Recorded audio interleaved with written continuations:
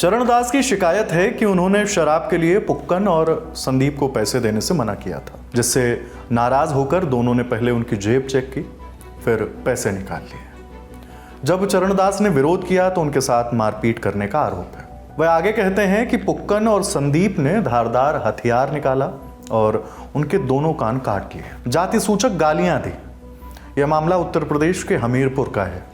यहाँ सैदपुर गांव पड़ता है और यह वारदात 18 मई की है। हालांकि इस मामले में सरीला सीओ राजकुमार पांडे ने जिस तरह प्रकरण की जानकारी दी है वो गौर से सुनना जरूरी है। थाना राठ क्षेत्रांतर्गत ग्राम सैदपुर निवासी चरणदास पुत्र घाशीराम द्वारा दिनांक 19/5/25 को थाना राठ उपस्थित होकर एक प्रार्थना पत्र प्रस्तुत किया गया, जिसमें उनके द्वारा कहा गया कि दिनांक 18/5/25 को समय 3:30 बजे उनके गांव के पुक्कन पुत्र बद्री प्रसाद एवं संदीप पुत्र रामपाल के द्वारा शराब पीने के लिए पैसे की मांग की गई।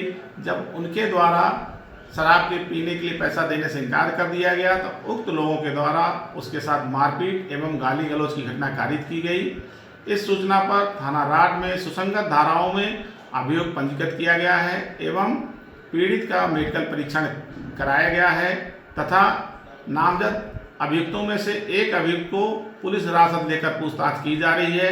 प्रकरण की विवेचना प्रचलित है। सिर्फ मारपीट और गाली गलौज का जिक्र किया गया है। जिन लोगों पर गंभीर आरोप हैं उनमें से एक को हिरासत में लेकर पूछताछ की जा रही है। हिरासत, जिसे अंग्रेजी में कस्टडी कहते हैं। अब आपको पूरा घटनाक्रम बताता हूँ। आज तक के सहयोगी नाहिद अंसारी की रिपोर्ट के मुताबिक 18 मई को चरणदास नाम का शख्स टहल रहा था। तभी गांव के रहने वाले 2 लड़के पुक्कन और संदीप उनके पास पहुंचे और शराब के लिए पैसे मांगने लगे। आरोप है कि चरणदास ने जब पैसा नहीं दिया तो उन्होंने मारपीट शुरू कर दी, फिर खुद छीना झपटी की और जेब से जबरन पैसे निकाल लिए और चरणदास के दोनों कान काट लिए। पीड़ित का कहना है कि एक कान कटकर जमीन पर गिर गया और दूसरा बुरी तरह जख्मी हो गया। जब मैंने शोर मचाया तो दोनों आरोपी मौके से भाग गए। इस घटना के बाद चरणदास ने किसी तरह पुलिस को फोन किया और जानकारी दी। मौके पर पहुंची पुलिस ने चरणदास को नजदीकी सामुदायिक स्वास्थ्य केंद्र में भर्ती कराया। सेंटर सुपरिटेंडेंट ने इलाज के बाद उन्हें मेडिकल कॉलेज में रेफर कर दिया। नाहिद की रिपोर्ट में इस बात का भी जिक्र है कि चरणदास का इलाज चल रहा है और जो कुछ भी नई जानकारी सामने आएगी द ललन टॉप आप तक जरूर पहुंचाएगा। इस खबर के इतर कुछ बातें करना चाहता था, सवाल पूछना चाहता था कि उन लोगों को आखिर किस बात का गुमान होता होगा जो किसी दूल्हे से घबरा जाते हैं और उसे घोड़ी से उतरवा देते हैं, सिर्फ इस वजह से क्योंकि वह दलित समाज से आते हैं। क्यों बारातों की डीजे लाइट्स तुम्हारी आंखों में मिर्च सरीखी लगती हैं?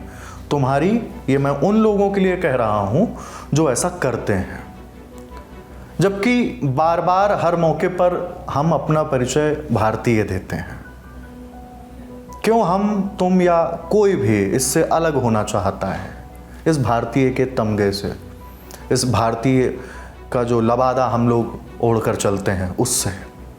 कुछ लोग क्यों बार बार किसी को नीचा दिखाना चाहते हैं, खुद को ऊंचा दिखाने के प्रयास में? एक बार इन तस्वीरों के बीच खुद को रखकर सवाल कीजिएगा कि क्या हम असल में अपने देश से प्रेम करते हैं?